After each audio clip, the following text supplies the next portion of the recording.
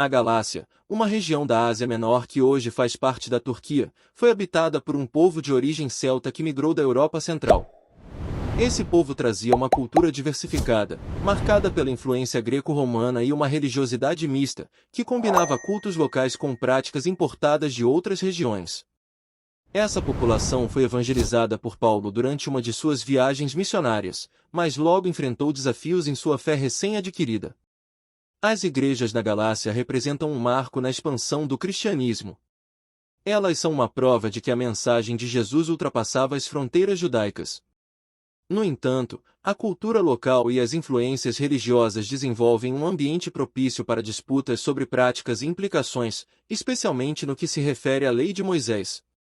O grande desafio para os Gálatas era que alguns líderes queriam impor a observância das leis judaicas aos novos cristãos gentios. Esse contexto gerou conflitos sobre a essência do Evangelho e a liberdade em Cristo, temas centrais na carta de Paulo às Gálatas. Esses líderes, conhecidos como judaizantes, acreditavam que a salvação dependia também da obediência à lei, o que colocava em risco a integridade da doutrina ensinada por Paulo.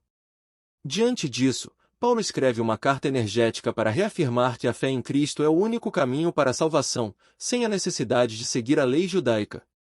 Para ele, essa carta não era apenas uma defesa do Evangelho, mas também uma exaltação apaixonada pela liberdade e identidade dos gentios como filhos de Deus.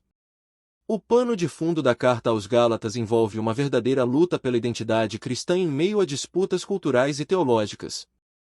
Paulo se apresenta com autoridade, confrontando aqueles que estavam minando o evangelho da graça e defendendo firmemente a unidade da fé em Cristo, livre de divisões culturais ou imposições da lei.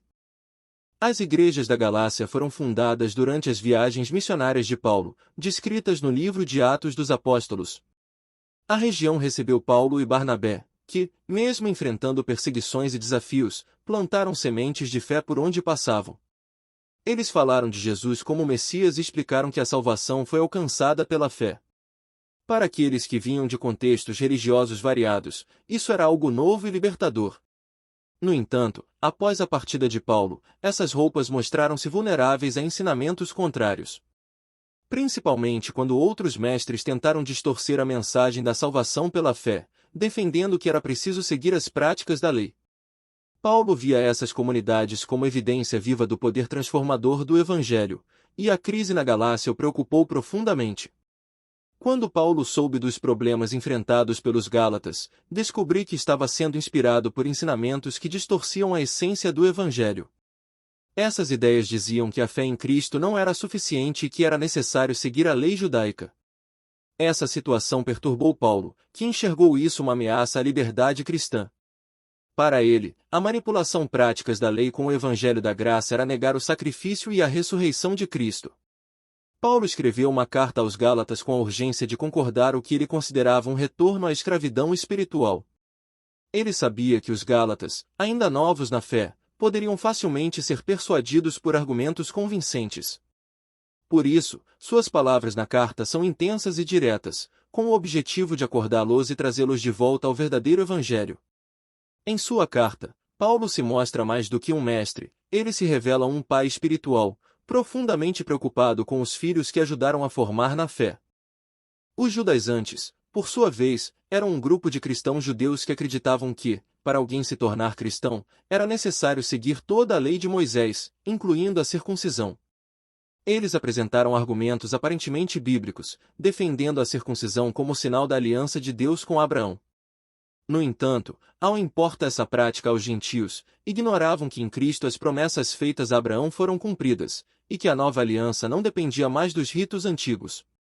Paulo via nesses ensinamentos uma séria ameaça à fé cristã e à unidade da Igreja. Ele entendeu que, se os gentios fossem obrigados a seguir a lei, o Evangelho seria distorcido. Para Paulo, retornar às práticas como a circuncisão fez voltar à escravidão de qual Cristo já havia libertação de todos, tanto judeus quanto gentios. Na carta, Paulo começa defendendo vigorosamente sua autoridade apostólica, que estava sendo questionada pelos judaizantes.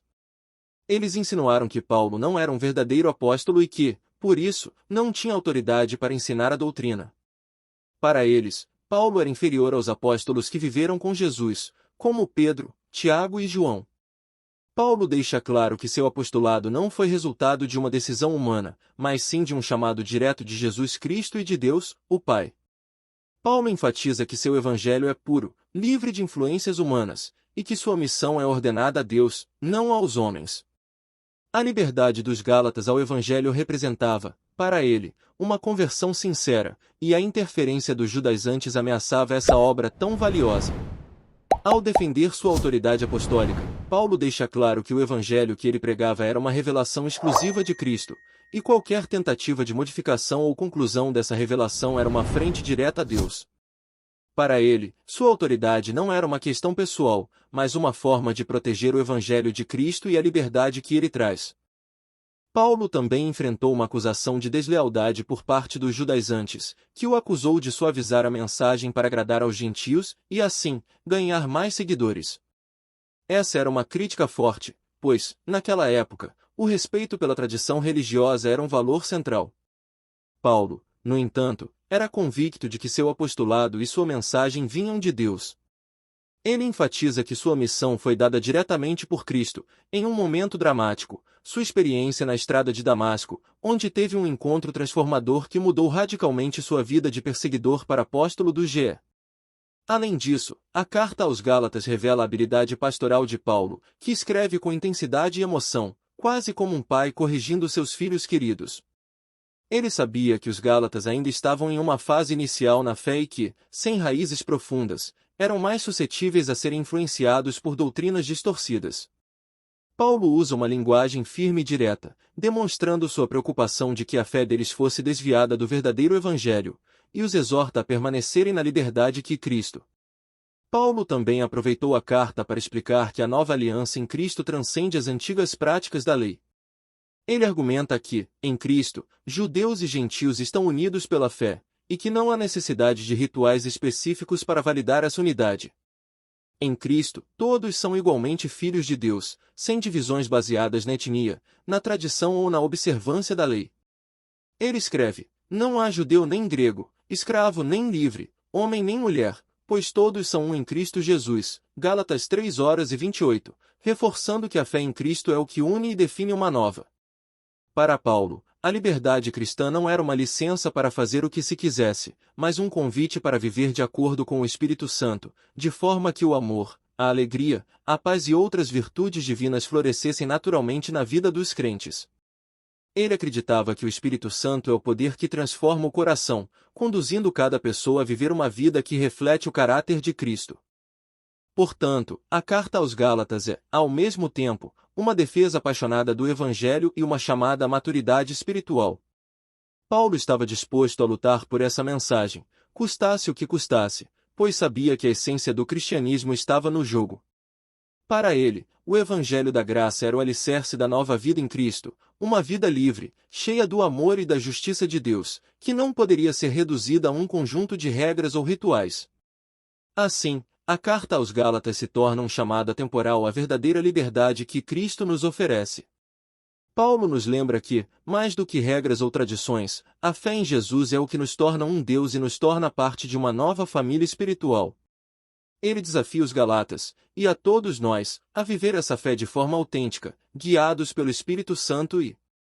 A mensagem de Paulo ressoa até hoje, convidando-nos a refletir sobre a natureza do Evangelho em nossa vida e a buscar uma fé madura, baseada no amor e na liberdade que Jesus trouxe.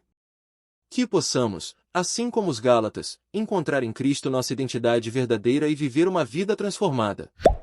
Se você gostou desse estudo, não se esqueça de se inscrever no canal e ativar as notificações para não perder os próximos vídeos. Temos muitos outros temas da Bíblia para explorar, e eu convido você a continuar essa jornada de fé e aprendizado comigo. Nos vemos no próximo vídeo.